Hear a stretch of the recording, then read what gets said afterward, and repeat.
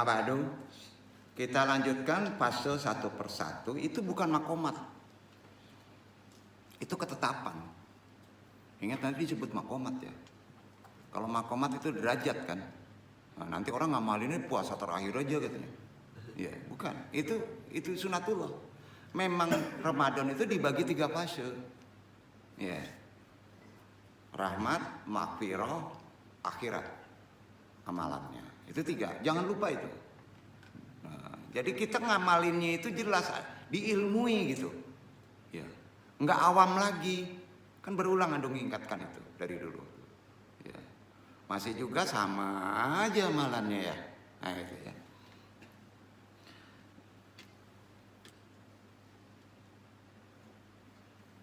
Supaya puasa kita bisa lebih sempurna dalam mengamalkannya, insya Allah. Pertama, fase rahmat adalah fase pertama di bulan Ramadan yang berlangsung selama 10 hari pertama. Fase ini diibaratkan sebagai masa penyucian diri seperti sholat wudhu, ya, di mana Allah akan membukakan ampunan tobat selebar-lebarnya bagi hambanya yang ingin menuju ke jalan yang benar. Nah, akses ini itu berlaku 11 bulan loh ke depan, bukan pada Ramadan aja. Ya. Karena Ramadan itu induknya, imamnya. Nah, fase rahmat memiliki beberapa keistimewaan. Nah, jadi fokusnya dong di sini dulu ya, ke fase rahmat dulu. Di antaranya satu, ada ampunan, pintunya dimudahkan ampunan. Jadi tobat itu kan banyak amalannya. Tobat boleh tiap hari, tapi kalau diilmui dan tahu caranya, insya Allah kita diampuni di bulan pertama 10 hari Ramadan. Karena di sana waktunya fase rahmat.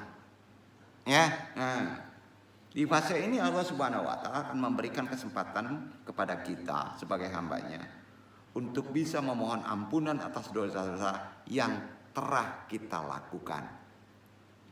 Jadi skala prioritasnya sahabat itu mengingati bukan dosa yang puluhan tahun ke belakang. Nah, kalau dosa puluhan tahun ke belakang itu lillahi ta'ala, karena pintunya Ramadan dosa setahun yang kemarin. Kalau bisa diingat itu, pasti kita punya dosa. Terutama prioritas dosa yang paling kita anggap besar. Ya. Kedua, keistimewaannya di pintu 10 Ramadan ini kan masuk sekarang nih, masih 5 hari. Ya. Adalah pintu tobat terbuka lebar, memudahkan untuk bertobat dan kembali ke jalan yang benar. Ketiga, di sana ada keberkahan berlipat ganda walaupun kita tidak meminta terkait rezeki. Kalau tobat kita benar, didengar. Begitu rahmat Allah di pintu Ramadan pertama keistimewaannya. Jadi fase rahmat di bulan Ramadan, setiap amalan kebaikan yang dilakukan di fase ini, pahalanya, kemakbulannya, keampunannya dari kita berbuat dosa akan mudah dikabul sama Allah. Itu yang disebut dilipat gandakan. Jadi selain ketiga keistimewaan ampunan, pintu tobat, keberkahan di pintu awal pertama ini, kebaikan yang dilakukan fase ini pahalanya dilipat gandakan. Ketiga keistimewaan tersebut terdapat beberapa amalan yang dianjurkan di fase rahmat. Anjurannya, sunnahnya muakkad. Nah, ini banyak yang nggak tahu nih di 10 hari ini. Ya, amalannya memperbanyak istighfar. Pendek aja, ya. Dan memohon ampunan langsung kepada Allah, karena itu tamu dari Allah. Langsung kepada Allah. Kalau kita ingin menggunakan adab, boleh pakai selawat, tapi jangan coba-coba menggunakan wasilah kepada guru, karena pintu maghfirah itu berada pada hakku, waktuku, sampai itu yang rahmat. Jadi amalan-amalan tarekat sebenarnya arahannya ke sini, ya. Karenanya Ramadan juga disebut bulan di sini ya.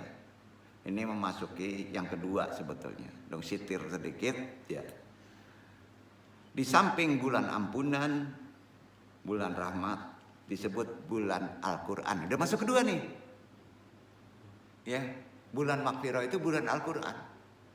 Ya, kenapa disebut bulan Al-Quran? Berarti amalan kedua kita mesti mulai tadarus. Ya, jadi afdolnya memang dari awal tadarus. Tapi kalau kita pandai memilih dari awal tadarus, ayat-ayat taubat di awal. Jadi tidak merunut seperti awam lurus saja gitu. Jadi perbanyak surat At-Taubah. Ya, masuk amalan kedua. Ya. Membaca tadarusnya kebanyakan sifatnya yang disebut rizki. Ya, permohonan permintaan termasuk doa ikhlas. Ya. Ya, karena di situ ada bulan Al-Quran.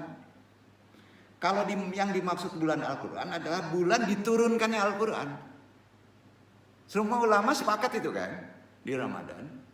Maksudnya adalah Ramadan adalah satu-satunya bulan yang diperintahkan untuk membaca lebih dari biasa, lebih membaca Al-Quran. Dan terbaiknya adalah tadabbur dan dimaknai secara benar. Itu gunanya taklim. Allah Subhanahu wa Ta'ala menurunkan Al-Quran, kitabnya yang agung, sebagai petunjuk untuk manusia dan sebagai obat penyembuh untuk orang-orang yang beriman, yang memberikan petunjuk kepada jalan yang paling lurus, menjelaskan jalan yang diberikan petunjuk pada malam Qadar dari bulan Ramadan. Nanti realisasinya di Qadar, di terakhir, di 10 itu amalan-amalan akhirat, ya, di malam Qadar dan bulan Ramadan yang penuh dengan berkah. Allah Subhanahu wa Ta'ala akan memiliki aras yang agung berfirman dalam surat Al-Baqarah, perintah di tahapan kedua. Karena 5 hari lagi kan.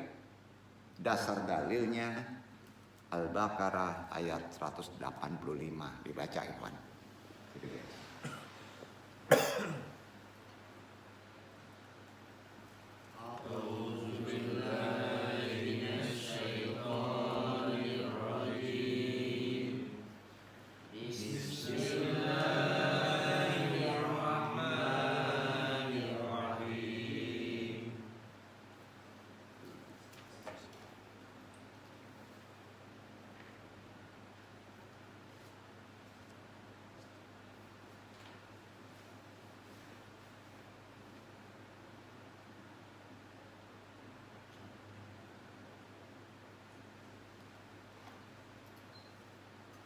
شهر رمضان الذي أنزل فيه شهر رمضان الذي أنزل فيه القرآن هدى للناس وبينات من الهدى أنزل فيه القرآن هدى للناس وبينات من الهدى والفرقان فمن شهد منكم الشهر فليصمه ومن كان مريضا أو على سفر فعدة من أيام أخر يريد الله بكم اليسر ولا يريد بكم العسر ولتؤمنوا العدة ولتكبروا الله على ما هداكم ولعلكم تشكرون.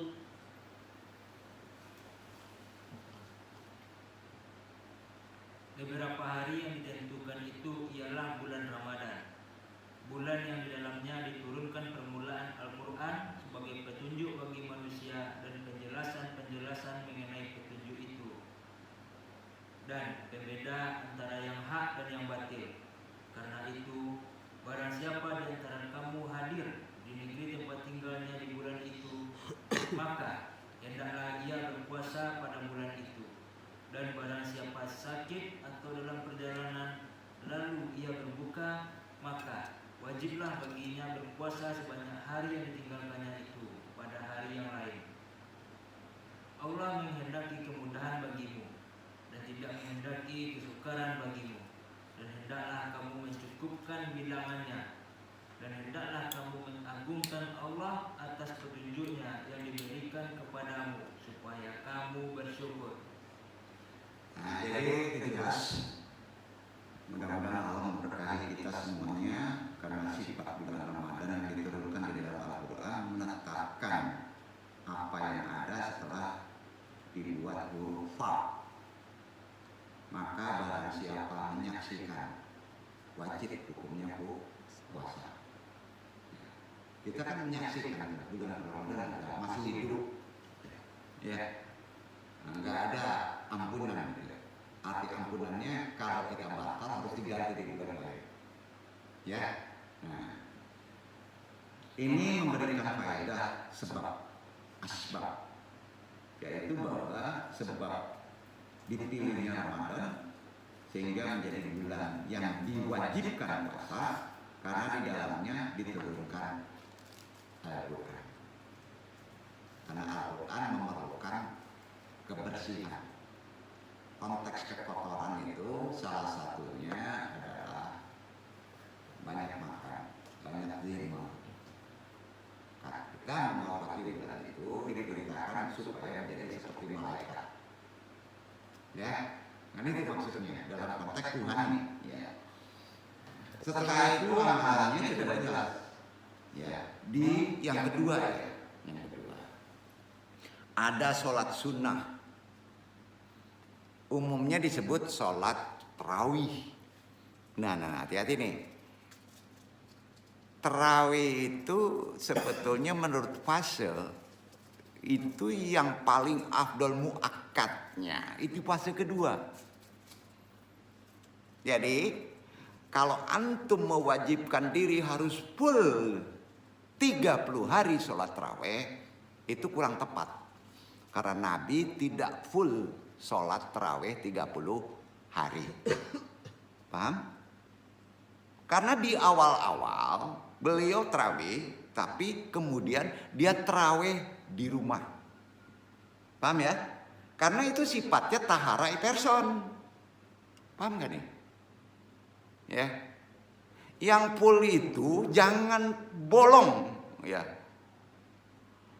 Di masjid, yaitu putaran kedua 10 hari itu sunnah. Paham ya? Coba fullkan tuh. Tapi yang terbaik adalah kalaupun kita tidak full di masjid berjamaah, di rumah full. Itu sunnah. Maksudnya paham ya? Nah, nanti ngikutin, wah enak nih. Ajaran Nandu nggak terawih 10 hari. Sudah itu fullnya 10 hari. Bukan begitu. Nah, ini menjelaskan. Takutnya salah nih ya. Jadi melaksanakan sholat sunnah, sholat tarawih baik sendiri maupun berjamaah. Itu perintahnya. Baik sendiri maupun berjamaah. Orang kan memfardukan, takutnya mewajibkan sholat sunnah berjamaah full 30 hari. Padahal tuntunan Nabi ada hadisnya. Banyak itu sahabat menunggu kok Nabi nggak sholat di masjid. Kemudian ditanya kenapa? Takut sholat tarawih menjadi wajib. Di sana sholat tarawih sunnah muakkad 30 hari, tapi tidak 30 hari penuh di masjid. Itu tuntunannya. Ya. Nah, ada keringanannya. Ada yang nggak tarawih, tapi udah tahu ilmunya ya. Gitu ya. Ini asik nih ngaji Mandung nih kan. Nah, betul. Nggak ada tuntunan itu. Ya. Jadi di sana di samping yang kedua ini tarawih berjamaah. Ya. Kalau yang di awal taharoh, tarawihnya sebaiknya sendiri. Tapi Nabi itu hanya 3 hari bolongnya berjamaah. Beberapa riwayat menyebutnya hanya 3 hari. Ya, tapi 3 hari itu bukan tidak tarawih, tapi tarawih sendiri disaksikan dengan istrinya. Ya, ya. Di samping tarawih, baik berjamaah, kemudian ada sholat tahajud. Ya. sepertiga malam, karena di situ doanya waktu paling mustajab. Putaran fase makfiroh kedua, tahajud full 10 hari. Apa aja yang diminta makbul tuh. Itu ada tuntunan sunnahnya. Udah kan nih? Ya itu sepertiga malam, bukan kenyang makan sahur. Boleh, sahur kan sebentar. Ya. Kemudian isilah harian di putaran kedua makfiroh ini dengan bersedekah. Tuh dia. Membantu sesama. Serta menjaga diri dari perbuatan dosa dan maksiat. Karena di sana ada permohonan. Sedangkan di fase rahmat, itu kan kesempatan emas meraih ampunan. Kalau kita sudah yakin diri ampunan, permohonan kita pasti dikabul kan? Kan gitu, logikanya begitu. Mari dengan pemahaman ini manfaatkan fase per fase ini dengan benar, sebaik-baiknya, dengan memperbanyak amalan yang sudah ada tuntunannya, guna bisa mendekatkan diri kepada Allah Subhanahu wa Ta'ala. Amin, amin, ya rabbal alamin. Kita masih ada waktu. Jadi fase makfiroh salah satunya tentunya banyak berdoa. Tadi kesimpulannya begitu. Harapannya keutamaan kemuliaan bulan Ramadan akan bisa membuat doa kita mudah dikabul oleh Allah. Lebih dari itu, ternyata ada waktu-waktu istimewa. Kapan waktunya makfiroh untuk berdoa? Kapan waktunya doa dipanjatkan untuk sifatnya pribadi dan dunia? Ini dituntun baik itu pada bulan Ramadan di putaran kedua maupun di luar Ramadan. Ada waktunya, ada tempatnya. Terpaksa kita bahas dulu nih. Doa waktu mustajab harus diprioritaskan dibandingkan waktu lainnya. Banyak kita berdoa karena tidak memahami ilmu waktu berdoa yang mustajab. Doa kita hanya menjadi pahala. Ya, betul kan? Bukan nggak boleh. Ya. Salah satu waktu ijabah yaitu sepertiga malam. Di putaran yang tertinggi mustajabnya adalah di putaran kedua Ramadan. Tuh, itu ketegasannya. Nah, jadi di sini setidaknya kita tahu kapan waktunya, kapan tepatnya. Sepertiga malam. Biasanya digunakan untuk sahur. Nah, di sana di samping sholat tahajud, waktu ijabah ini diantaranya tuntunan para sahabat ulama lama jam 3 sampai jam 3.30. Jam 3 sampai jam 3.30. Isilah itu dengan doa mustajab. Begitulah kemuliaan bulan makfiroh Ramadan. Ya. Alasannya karena lebih memprioritaskan doa di waktu mustajab. Alasannya apa? Karena sesuai dengan tuntunan Allah dan Rasulnya. Itu sandaran dalilnya. Berarti ada tuntunannya, ada Qur'annya di waktu kedua itu. Kan kita baru tahu tuh. Apa Qur'annya? Apa hadisnya? Kenapa kita alasannya harus di bulan putaran fase makfiroh kedua di Ramadan itu menjadi mustajab? Berarti ada sandaran istidlal dalilnya kan? Nah, kita sebut ya ini. Sehingga secara sanad dan dalil memiliki jalur yang jelas kita dalam mengamalkan. Kan poinnya itu. Menjadi kuat, menjadi benar, dan kita tidak ragu. Selain itu Allah memberikan perhatian khusus pada waktu tersebut. Pada waktu tersebut Allah memperhatikan khusus kita, permohonan kita. Itu yang ditunggu Allah. Ini nggak main-main. Nah itu sering kita lupa. Mumpung masih ada waktu 5 hari lagi. Adapun waktu ijabah yang diajarkan Nabi Muhammad yaitu hadis ini. Sulusul lailatul Jum'at fi syiyami wal iftari. Cuman sekali, Pak. Kita ketemu Jumat di putaran kedua besok nggak? Tolong, disitulah letaknya. Jumat malam, putaran kedua makfiroh. Tolong, jangan raun, jangan tidur. Bener ini. Hadisnya saya, sulusu lailatul Jumat bisyami wal iftari. Sepertiga malam hari Jumat saat puasa di putaran kedua dan berbuka puasa. Tambahannya waktu berbuka Jumat. Di samping doa berbuka, ada doa berbuka puasa. Apa doanya? Ayo baca. Sebelum sebelum berbuka atau sudah puasa? Jawab. Alhamdulillah sudah kerongkonganku, sudah kenyang. Kebanyakan kan salah amalan. Awal kita berbuka itu basmalah saja atau doa makan. Sudah makan baru doa tadi duduk ya.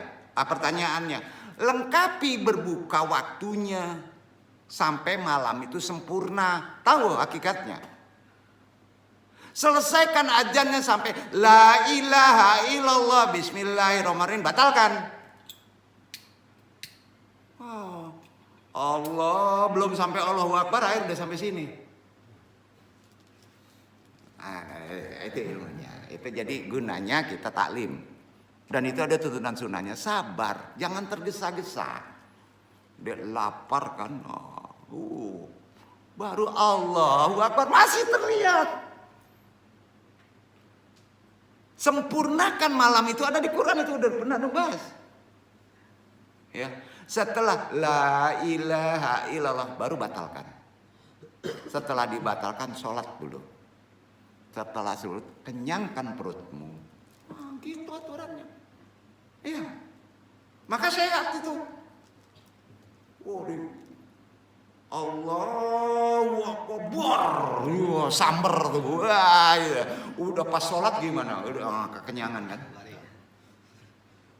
Iya kan? Doa juga banyak yang salah. Allahumma sya'allah, dia ada ilak katanya. Gimana nih? Belum lancar kerongkongan didoain udah merasa udah lancar. Coba renungkan ayat artinya. Ya, jadi itu yang perlu dijelaskan secara benar. Ya, nggak perlu pesandaran hadis. Dengan makna ayat aja kita sudah bisa memahami konteksnya. Ya.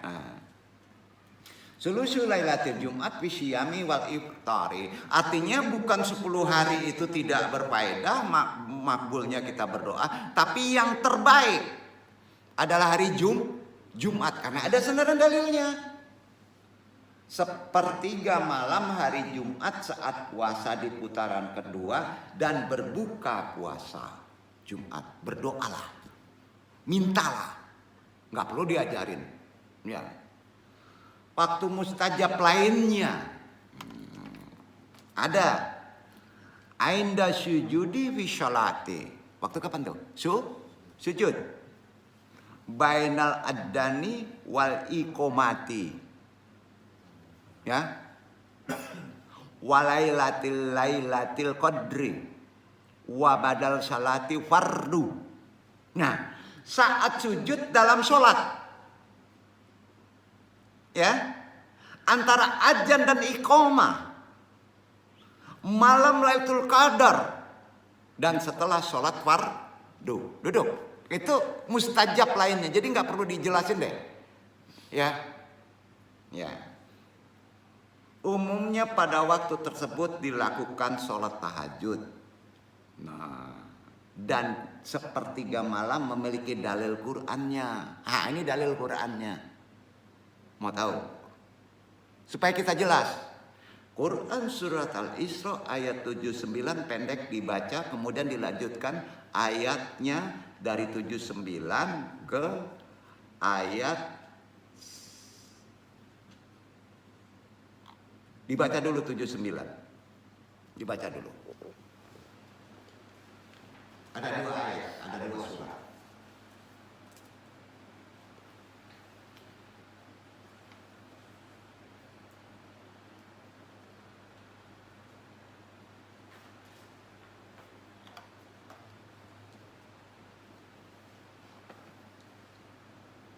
Wa minal laili fatahajjat bihi nafilatan lak asa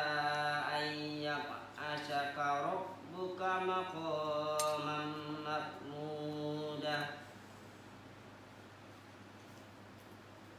Dan pada sebagian malam hari bersembahyang tahajudlah kamu sebagai suatu ibadah tambahan bagimu. Mudah-mudahan Rabbmu mengangkat kamu ke tempat yang terpuji. Betul kan? Isinya kan apa? Sepertiga malam. Qiyamul lail. Tahajud. Ini ayat jatuhnya di bulan Ramadan. Asbabun nuzulnya gitu. Duduk ya. Nah, jadi bukan nggak boleh di hari lain, tapi kemustajabannya waktu yang tepat adalah di putaran kedua. Tertingginya di Jumat. Masya Allah, banyak. Ini jadi ketegasan kita mengamalkan itu diilmui lah. Ya, itu petunjuknya ada di Quran semuanya. Nah, dalam hadis ya, sahih ya, kemustajaban di sepertiga malam. Afdalus sholati ba'da sholatil mafrudati sholatul laili. Sholat yang paling utama setelah sholat wajib apa itu? Adalah sholat yang dilakukan di malam hari. Betul kan? Hadis riwayat Muslim. Jadi kita jangan ikut pada umum lah. Makbulnya doa. Ya. Umum doa tidak pada waktu ijabah. Katanya waktu ijabah itu doanya malam usahakan nangis. Hah, itu enggak begitu. Lakukan aja di waktu itu. Ya.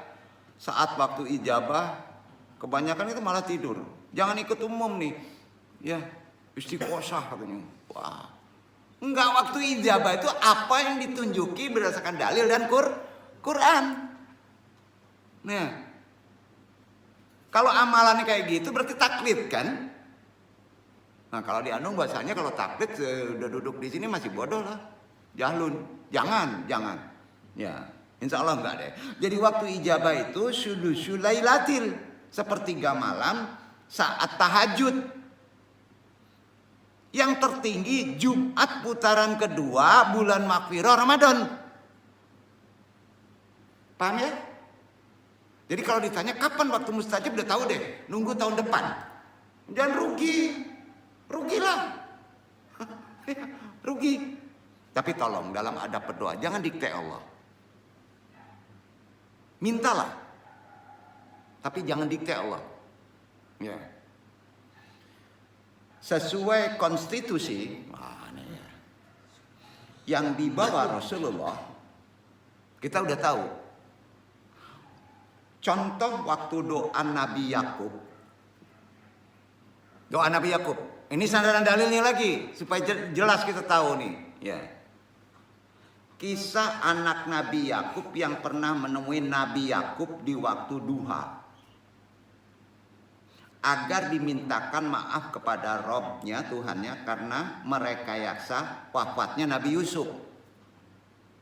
Nah, ini diabadikan Allah. Sandaran dalil kedua nih waktu Maghfirah. Quran surat Yusuf ayat 97. Baca tuh. 97.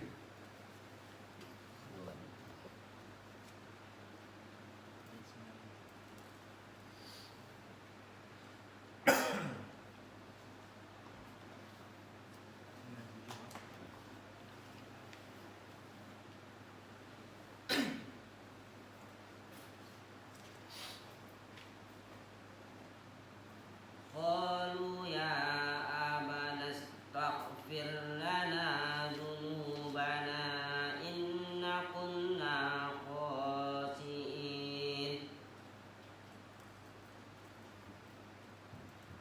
Mereka berkata, wahai ayah kami, mohonkanlah ampun bagi kami terhadap dosa-dosa kami. Sesungguhnya kami adalah orang-orang yang berdosa. Jadi anak Nabi Yakub memohon ya kepada ayahnya minta ampun kepada Allah. Ya. Betul ya? Kan gitu ya. Lalu dijawab oleh Nabi Yakub, ia akan meminta ampun Bukan hanya itu. Jadi kalau ada ulama itu kalau minta ampunkan kepada Allah, wasilahnya gitu ya, langsung didoakan. Berarti ulama itu nggak ada ilmu. Duduk. Iya, saya doakan. Tapi tunggu ya. Berarti si ulama tadi menunggu waktu yang mustajab. Ya. Lalu dijawab Nabi Yakub, ia akan meminta ampunkan hai anakku kepada Allah saat waktu ijabah. Ini diabadikan di Al-Quran. Ayat selanjutnya 98. Baca tuh. Qala sawfa astaghfiru lakum rabbi innahu huwal ghafurur rahim. Yakub berkata, aku akan memohonkan ampun bagimu kepada Tuhanku. Sesungguhnya dialah yang maha pengampun lagi maha penyayang. Jadi ini tafsirnya andung nukil. Jadi ditafsirkan dulu karena tidak ada ditulis itu waktu sepertiga malam waktunya. Maka dalam kitab Mudaris Tafsir Universitas Islam Madinah menjelaskan maksud ayat 98 ini, Nabi Yakub hendak memohonkan ampun kepada anak-anaknya di waktu syahur setelah tahajud. Silakan baca kitab tuh. Madinah. Jadi ditafsirkan begitu. Nah, nih. Jadi nggak bisa sembarangan kita menafsirkan Quran kalau tidak ada sandaran dari kitab-kitab ulama lama. Nah, kita kan tinggal nerima sekarang. Iya kan? Nah, jadi doa Nabi Yakub terhadap anaknya dipending. Dia menunggu waktu yang tepat. Karena itu waktu Ramadan. Waktu sahur. Jadi menurut Asbabun Nuzul tepatnya adalah Jumat. Putaran kedua Maghfirah Ramadan. Meminta ampunkan kepada anak-anaknya yang sudah merekayasa matinya Nabi Yusuf. Silakan baca sejarahnya tuh. Paham ya?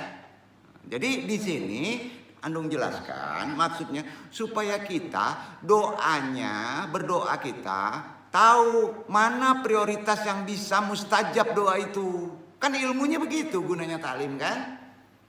Betul kan? Nah, Masya Allah. Dan Allah meridhoi. Nah, jadi menjelaskan maksud ayat 98 juga kita menukil dari ulama-ulama lama. Ya. Jadi waktu sahur, karena di waktu itu doa seseorang akan lebih mudah untuk dikabulkan. Nabi Yakub tidak terburu-buru berdoa karena beliau mengetahui besarnya kesalahan anaknya, sehingga ia hendak berdoa kepada Allah dengan penuh benar diilmui, penuh keikhlasan, sungguh-sungguh mencari waktu yang mustajab. Itulah waktu yang mustajab, bulan putaran kedua, bulan Maghfirah, doa yang terkabul Jumat malam. Duduk. Sebagai bentuk kasih sayang seorang nabi terhadap anak-anaknya, dengan harapan Allah mengampuninya. Ini kan menunjukkan sudah dapat fikih secara lebih dalam. Doa di waktu selain ijabah itu kurang dianjurkan. Betul gak? Bukan berarti tidak boleh. Ya. Namun bukan berarti nggak boleh. Tolong pahami itu. Bisa saja doanya dikabulkan. Hanya saja sepertiga itu sesuai tuntunan Rasulullah dan firman Allah. Duduk nggak tuh? Jadi kita sudah bisa tahu mesti gimana kita berdoa yang paling mustajab. Formalnya dari Allah begitu. Menentukan Allah bukan panitia doa bersama, bro. Ini yang bingung, panitia doa bersama. Istiqosah, doanya mustajab. Dosa loh. Kalau nggak ada sandaran dalilnya kata siapa? Sepakat ya? Nah. Kedua, Di putaran kedua perbanyak menghadiri majelis taklim, makanya sedang rame-ramenya di putaran kedua di tarawih itu bertaklim. Alam juga begitu kan? Sudah yang terakhir gimana? Nan gae-gae se. Majelis taklim, banyak zikir, memperbanyak membaca, mentadabburi Al-Qur'an. Tuh. Iqra'ul majida minal Qur'ani karimi fi syahri Ramadanal mubarak. Sannana hutmanan barakati syiyami. Perbanyaklah membaca Al-Quran di bulan suci Ramadan, niscaya keberkahan puasa akan bisa kita terima. Jadi pendukung mustajabnya permohonan kita, karena kita memang minta-minta fakirun. Dukunglah dengan Al-Quran. Perbanyak membaca tadabbur Al-Quran. Dan ini bukan pada hari Ramadan saja. Terkait 11 bulan perjalanan menemukan Ramadan lagi. Kalau kita masih diberi umur panjang. Jadi sesungguhnya manusia itu kehidupannya sudah ditata. Sudah diatur Allah. Jadi kalau masih ada yang mengeluh, berarti kita tidak mengilmui petunjuk kuda linas. Betul kan? Gitu aja deh bahasanya. Ya. Bukan nggak arti kata nggak ada cobaan. Kadang-kadang cobaan kita nggak tahan. Karena kita mengacukan petunjuk yang paling benar. Perbanyak membaca Al-Quran sekarang. Kenapa sekarang kita sudah tahu? Ya. Menurut ulama-ulama terdahulu, bukan arti kata yang paling benar. Karena kesolehan di ulama-ulama terdahulu lebih tinggi daripada ulama sekarang. Bukan mengecilkan ulama sekarang. Ya. Dengan memahami cara pandang ulama terdahulu terkait amalan Ramadan, ya, nggak mungkin deh kita mendalami Ramadan itu tidak menukil ulama dulu. Itu makanya kitab-kitab lama buka lagi. Ya. Kita bisa menjalani ibadah puasa dengan lebih bersih, ikhlas benar, serta doa kita lebih mustajab. Insya Allah kalau kita membuka amalan-amalan ulama dahulu. Betul kan? Kalau kita mengandalkan Quran dan Sunnah nanti begitu-gitu aja. Bukan nggak ada di Quran. Lapisannya berat. Ya. Salah satu keutamaan puasa adalah kepekaan kita pada rasa lapar. Itu ulama ngomongin gitu. Ulama dulu ya. Rasa lapar. Ya. Puasa membantu kita merasakan bagaimana menderita miskin, kekurangan, tidak makan. Kan itu intinya. Orang yang teraniaya merasa lapar, terasa di badan, doanya makbul. Iya kan? Nah, itu ditunjuki oleh kitab-kitab lama. Ya. Kekurangan makanan. Selain itu, puasa juga mengajarkan kita untuk lebih menghormati makanan. Enggak sembarangan. Hormati makanan. Makanya orang dulu satu butir pun marah. Datang beras kan? Iya kan? Ketika berpuasa makanan yang biasanya dianggap sepele, ya, menjadi sangat berharga. Siang hari antum melihat goreng pisang aja udah betul kan? Dihargai enggak? Masya Allah. Itu hebatnya puasa. Ya. Rasulullah SAW memuji Ramadan dengan hal yang lumrah dan wajar, tidak terlalu aneh-aneh. Mirajul muminin sampai ke langit, nggak begitu aja. Ya. Itu sebabnya Rasulullah bersabda, dalam hadis disebutkan bahwa orang yang berpuasa akan meraih 2 kegembiraan. Apa itu? Wajar. Kegembiraan ketika berbuka puasa. Karena kita menghargai makanan. Betul? Jadi udah keterima sama logika kita. Yang kedua sudah dong bahas. Bertemu dengan Tuhannya. Duduk. Nggak dong terangkan lagi sekarang ya. Bisa ulang-ulang kaji. Andong itu aja kajinya. Kan? Nah. Jadi dalam hadis tadi jelas 2 kegembiraan ketika berbuka puasa atau berhari raya itu sama. Dan kegembiraan ketika bertemu Rabbnya. Karenanya Nabi Muhammad SAW juga menunjukkan betapa kebutuhan pokok manusia sebenarnya apa? Kebutuhan pokok. Makan. Banyak mobil, banyak uang, tinggi harta, padat di saku. Kalau nggak bisa makan gimana? Ayo. Wajar aja lah memahaminya. Betul kan? Bersyukur alhamdulillah. Yang duduk giginya udah ompong. Ya. Antum yang muda-muda ya hargai makanan tuh. Ya. Nikmati di bulan Ramadan ini. Nah. Banyak mobil, banyak uang. Kalau nggak bisa makan gimana? Ada nggak? Ada. Lisyaini farhatani. Farhatun ainda fitrihi. Wa farhatun ainda liqa'i rabbih. Kegembiraan yang dirasakan saat berbuka puasa atau berhari raya, meskipun tanpa harta atau tanpa kemewahan. Ini kan menunjukkan betapa berharganya setiap suapan makanan. Sepakat? Nah, hal ini mengajarkan kita apa? Enggak diterangkan lagi. Syukur. Itulah syukur. Syukur itu bukan karena uang banyak miliaran. Udah bisa makan, bangun pagi, bisa bernapas, alhamdulillah. Ya. Luar biasa Allah mengajari kita dengan bulan Ramadan. Betul kan? Itu gunanya kita memahami taklim. Ya. Nikmat makanan diberikan dari Allah.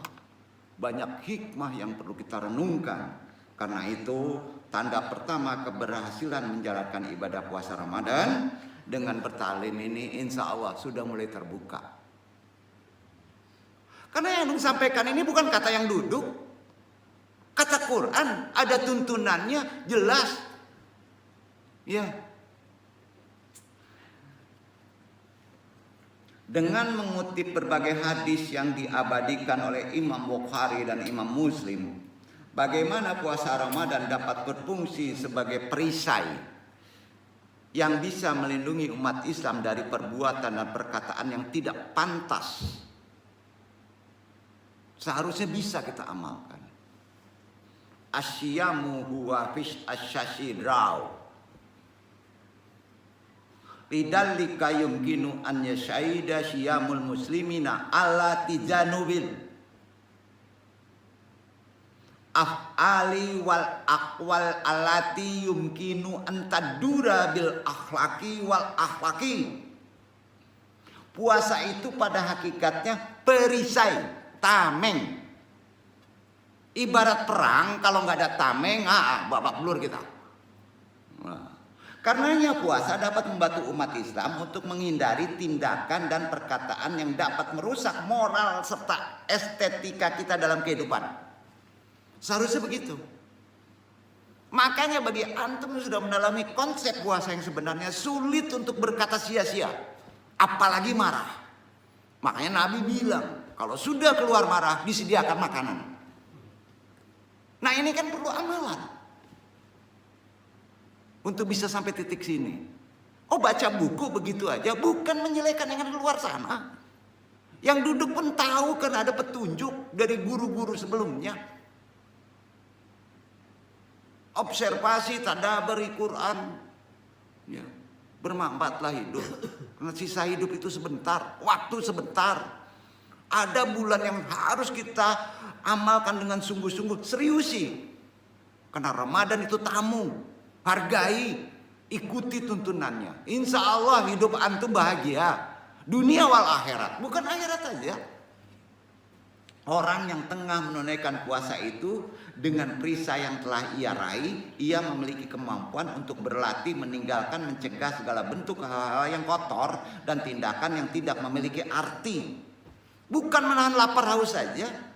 Karenanya salah satu tanda keberhasilan puasa adalah kemampuan seorang untuk bisa mengontrol dirinya dari provokasi, dari menghindari pertengkaran. Makanya Nabi ngomongnya gimana? Kalau ada orang ngajak bacaka, kalau ada orang ngajak ke pub, kalau orang ngajak ke kafe siang hari, ngajak berbuka puasa, ya, ngajak hidup yang sia-sia, daripada ke masjid enak mancing. Apa jawaban Nabi? Ini syaimun. Ini syaimun. Saya tengah berpuasa. Saya tengah berpuasa. Amalkan itu. Betul kan? Jadi lafazkan itu. Istri ngomong berantem. Kesel kita. Ini syaimun. Ini syaimun. Pakai bahasa wahyu, barokahnya ada. Insya Allah diam dia. Itu gunanya taklim. Duduk. Marah-marah, bulan puasa nggak boleh marah-marah ya. Ini syaimun. Ini syaimun. Paham ya? Saya tengah berpuasa. Saya tengah berpuasa. Ada ngedenger nggak diamalin tuh? Ada yang sedang berpuasa, berang-berang saya. Aduh, nggak cocok begitu. Nggak cocok gitu. Betul ucapannya, salah mengucapkannya. Yang betul jadi salah. Betul kan? Iya kan? Nah, hati-hati Pak.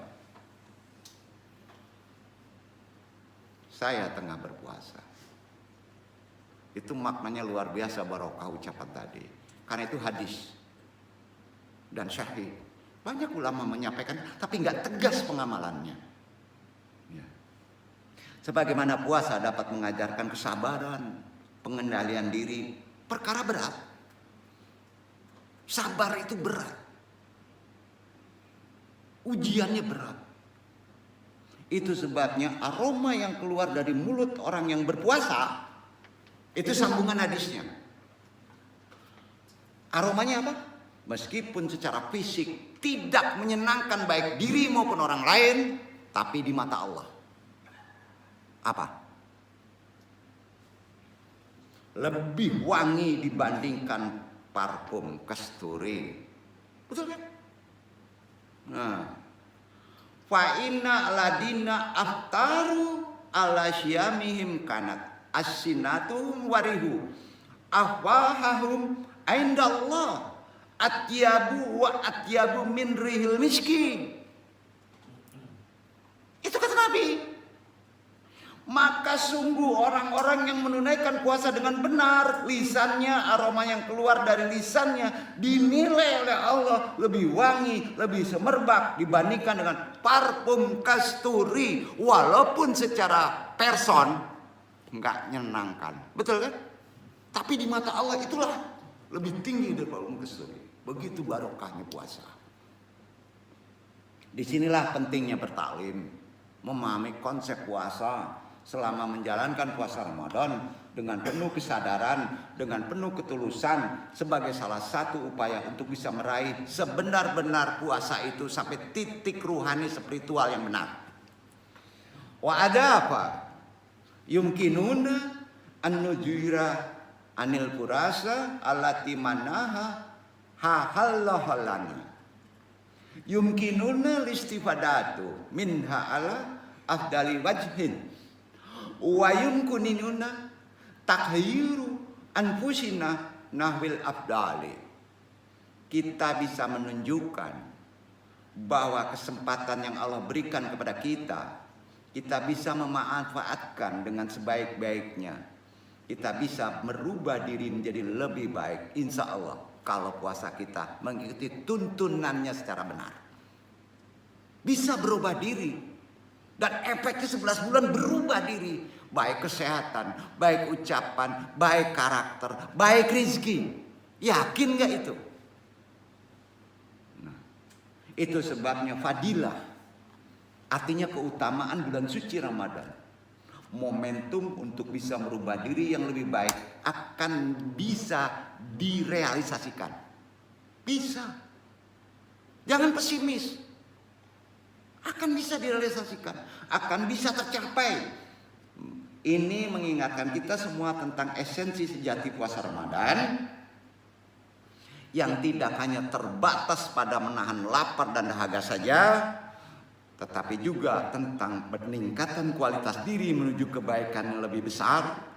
Karena itu bagi umat muslim, hari Jumat, kenapa Jumat menjadi prioritas yang disebut makbul dalam segala hal permohonan? Merupakan bukan hari, tapi itu himpunan hari, maka disebut istimewa. Jadi harus ketahui dulu sejarahnya. Jangan dilalaikan atau disepelekan khusus Jumat di bulan Ramadan. Baik di putaran pertama, putaran kedua. Nah, sebulan itu dapat Jumat berapa kali? 4 umumnya kan? Hati-hati di situ imamulnya. Ya. Jangan bodoh kita di waktu itu. Itu pusatnya. Ya. Sebabnya Nabi Muhammad bersabda, katirun minan nasir ladina yasumuna layasaruna illa bil juai wal atasi. Banyak yang berpuasa hanya mendapatkan lapar dan haus saja karena nggak paham di waktu yang mustajab itu.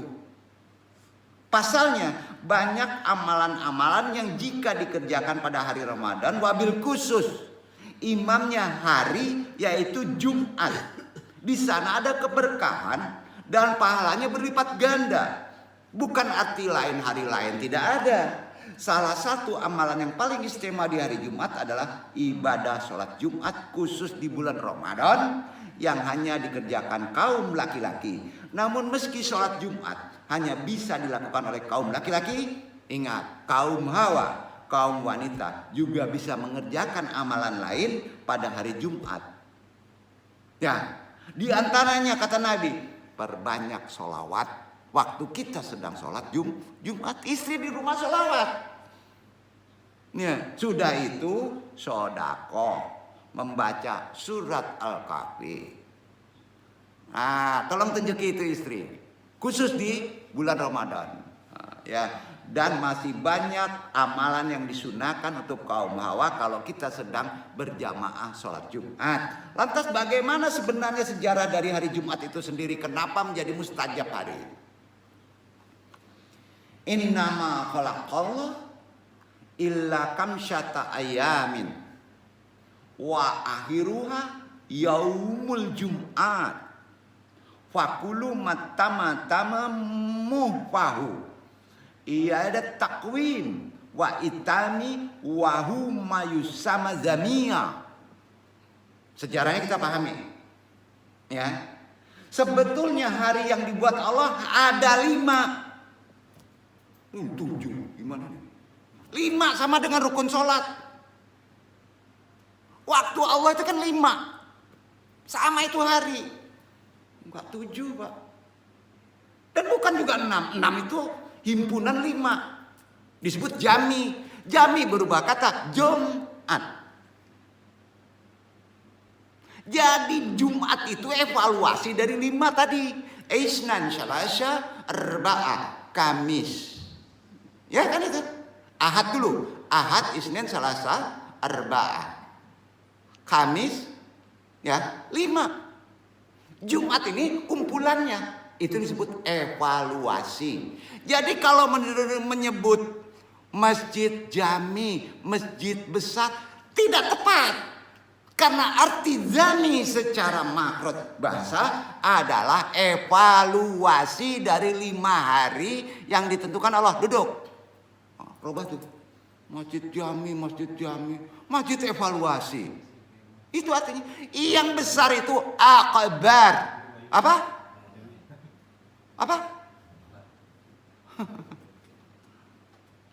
Ini pada kelojotan orang ini. Gak apa-apa ya, Anu sampaikan.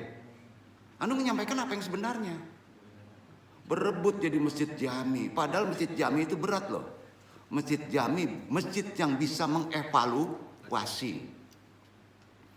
Seharusnya itu yang gede-gede masjidnya masjid akbar. Ada nggak di Mekah itu masjid jami? Madinah, Turki? Nggak ada. Yang ada masjid akbar. Nah, kita buat masjid jami karena nggak paham konteks pemahamannya. Maka pahami sejarahnya. Kenapa Jumat? Jumat itu adalah evaluasi dari 5 tadi hari. 5 itu Ahad, Isnin, Raba'ah, Kamis. Duduk gak? Iya kan? 6 itu maksudnya Jumat. Sabtu gimana? Sabtu tuh gak ada. Makanya sering melenceng hitung hari. Gimana nih? Ya, tuntunan Allah itu kuciptakan 6 hari alam semesta. 7 atau 6? 6. Nih, perhatiin dulu ya. Kita dalami dulu sejarahnya supaya kenapa kita di Jumat itu penting. Ada Al-Kahfi. Kan bacanya Al-Kahfi itu. Ya. Hari yang dibuat Allah itu hanya ada 5. Inna khalaqallah ila kamsyata. Ya.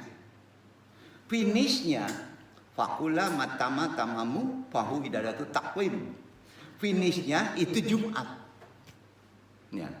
Jadi semua yang sudah jadi di 5 tadi dievaluasi ulang, disempurnakan ulang di hari Jami. Duduk. Jadi arti Jami apa? Evaluasi. Duduk. Jadi kalau ada masjid Jami, masjid yang biasa mengevaluasi tiap hari amalan selama 5 kali. Duduk ya. Jadi Jami itu artinya mengevaluasi total kehidupan setelah 5 hari. Nah itu yang disebut Jami. Sepakat? Gak iyalah, ada di Quran kok. Ya. Kuciptakan segala waktu dengan 6 waktu. Ada disebut 6 periode. Ya, disimpulkan dengan 1 periode Jumat. Nah, jadi kurang tepat kalau kata Jami diartikan besar. Karena sering disandarkan kepada masjid yang megah dan besar dengan kata masjid Jami. Sekali lagi ini kurang tepat ya. Yang sebenarnya besar itu akbar. Kata Jami lalu disebutkan hari Jumat. Hari Jumat adalah hari ke-6. Kalau menurut hitungan logika. Iya kan? Hari ke-6. Ahad, Isnin, Syalasa, Arba'ah, Kamis. Baru masuk 6 Jumat. Setelah hari masuk ke-6, Allah sudah tidak menciptakan apa-apa lagi. Nah ini dipelintir oleh kaum Yahudi. Karena Allah tidak menciptakan apa-apa lagi, kata orang Yahudi Allah capek. Allah istirahat. Ya. Allah istirahat. Di mana istirahatnya? Sabat. Sabtu. Makanya kata orang Yahudi Allah capek, perlu istirahat. Mustahil lah Allah capek. Mustahil. Itu karena kuat di pikiran. Ya. Makanya orang Yahudi itu aneh. Lalu disebut Sabat. Sabat itu artinya hari Sabtu ditambah jadi 7. Yang artinya istirahat. Tuh, Sabat itu artinya istirahat. Makanya Allah capek istirahat di hari Sabtu. Itulah dasar sebab kenapa kaum Yahudi itu libur bekerja di hari apa? Sabtu. Makanya kalau antum muslim menuntut libur hari Sabtu, gimana? Ayo, gimana? Ya antum orang Yahudi. Oh ini yang nukil nih kajian dong nih. Ya. Makanya para ulama terdahulu tidak mau kalau libur hari Sabtu. Duduk. Nggak ada. Ulama terdahulu nggak ada libur hari Sabtu. Nah sekarang kan diciptakan Sabtu, Minggu, libur. Jadi Sabtu itu sebetulnya hari apa? Ahad. Duduk nggak? Ulang pertama. Langsung mengamalkan awal. Makanya kalau nggak ngerti spiritual melenceng hisab ruqyah. Duduk nggak? Terus repot nih. Jadi kita setidaknya ada ilmu. Nyelimet itu bergeseran azimut waktu itu. Yang satu hanya hitungannya 5, yang satu 7. Bergeser nggak? Sampai kiamat juga bergeser kalau kita mengandalkan logika. Ya. Makanya para ulama terlalu tidak mau kalau libur hari Sabtu dalam bulan puasa Ramadan tahun 445 Hijrah, hati-hati nih. Nggak ada hari Sabtu Sabat itu. Makanya kalau antum muslim menuntut libur pada hari Sabtu, antum Yahudi. Ya, amalan. Kan ada yang nyebut jangan Sabtu nanti sial. Ya karena nggak ada. Duduk nggak? Ya, Ahad itu. Itu sebabnya bulan Ramadan 1445 ini aja Hijriah 2024 terdapat potensi perbedaan dalam penentuan awal, bukan sekarang loh, udah tahunan puasa sampai hari raya karena adanya 2 metode yang berbeda. Namun di tengah masyarakat perbedaan dalam cara perhitungan itu masih sering menjadi subjek perdebatan kan? Ya. Gimana solusinya kita? Setidaknya kita paham ilmunya. Yaitu metode hisab dan ruqyah. Kan intinya itu. 2 keilmuan tadi. Diwakili sama Nahdlatul Ulama Muhammadiyah. Ya. Keduanya memiliki dasar Quran. Jangan disalahin. Hisab ada dasar Qurannya, ruqyah pun ada dasar Qurannya, tidak dibenturkan. Allah berkehendak begitu kok. Perbedaan itu rahmat. Nah, meskipun Muhammadiyah telah menetapkan Ramadan, kan sudah ditetapkan dari Senin 11 Maret. Pemerintah menetapkan melalui sidang isbat kan. Ya. Dijadwalkan 10 Maret sudah berlalu kan. Karenanya perbedaan penentuan awal Ramadan masih menjadi bahan perdebatan di masyarakat sampai sekarang. Walaupun dia diam-diam. Ya. Fi ba'dil ahyani natabi'ul qanuna. Walakin lan natabi'ul ilma. Wa alal aksi min dalika natabi'ul ilma walakin la natabi'ul qanuna. Itu masalahnya. Kita terkadang mengikuti hukum fikih tapi tidak mengikuti ilmu. Banyak ceramah tapi sedikit ulama. Duduk. Jadi jangan pisahkan antara hisab dan ruqyah. Harus duduk bersama. Enggak berani. Kita terkadang mengikuti hukum tapi tidak mengikuti ilmu. Dan sebaliknya, mengikuti ilmu tapi tidak patuh pada hukum. Enggak arif kan? Enggak ketemu solusi. Beda pendapat terus. Nah, bagi yang awam gimana? Andung sesali. Sebagai pentalim, Andung hanya menyampaikan sedikit pemahaman karena ini sangat jelimet. Jika perhibatan 1 Ramadan, yang satu mempercayai ruqyah, yang lainnya mempercayai hisab, kemudian dipertahankan masing-masing itu, kemudian dijadikan perdebatan, maka antum belum muslim. Duduk Pak. Belum. Jida. Itu terjadi. Sebenarnya tidak demikian. Karena ada kitabnya. Ulama lama juga. Catat kitabnya. Innatut Tolibin Syarah Fatul Mu'in. Itu perkara korelasi antara hisab dan ruqyah. Duduk gak kitabnya? Ada itu. Nabi Muhammad SAW biasa menggunakan ruqyah apa? Ada yang tahu gak? Nabi hilal dalam menentukan awal Ramadan. Hilal, betul. Tetapi bagi yang memudahkan metode hisab, Nabi membolehkan. Duduk gak? Karena keduanya ada dijelaskan dalam Al-Quran. Situasi Indonesia menunjukkan bahwa ketika bulan sudah melewati ufuk 1 derajat, secara lebih jelimet azimutnya, beberapa ulama menganggap itu sebagai pergantian tanggal karena telah melampaui garis ufuk. Ini bisa diartikan menjadi perbedaan pandangan. Sehingga ada yang berpendapat bahwa dengan hanya 1 derajat sudah bisa dianggap sebagai awal bulan baru. Tidak demikian, bro. Disinilah perlu yang disebut teknologi tinggi. Ya, jadi perdebatan hukum ini berkaitan dengan visibilitas bulan. Itu aja.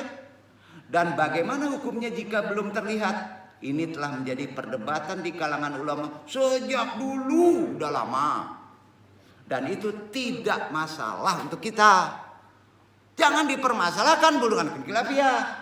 Bagi kita muslim yang awam, perkara ruqyah, perkara hisab hanya bisa taklid deh. Dan menghormati berbagai metode penentuan yang muncul dalam konteks syariat, sambil tetap menjunjung tinggi perbedaan menjadi persamaan, jangan cari perbedaannya. Begitu ajaran Islam. Mudah-mudahan kita bisa merayakan bulan suci Ramadan dengan penuh keberkahan dan Allah meridhoi, penuh kesadaran dan kebersamaan. Meninggalkan perdebatan yang tidak perlu demi mempertahankan kesatuan umat kita. Wallahu a'lam bishawab. Insyaallah besok kita bahas lebih dalam lagi, dan ini menjadi bekal pemahaman kita dalam waktu mustajab dan penentuan ketetapan. Pak Ilu Andung, wassalamualaikum warahmatullahi wabarakatuh.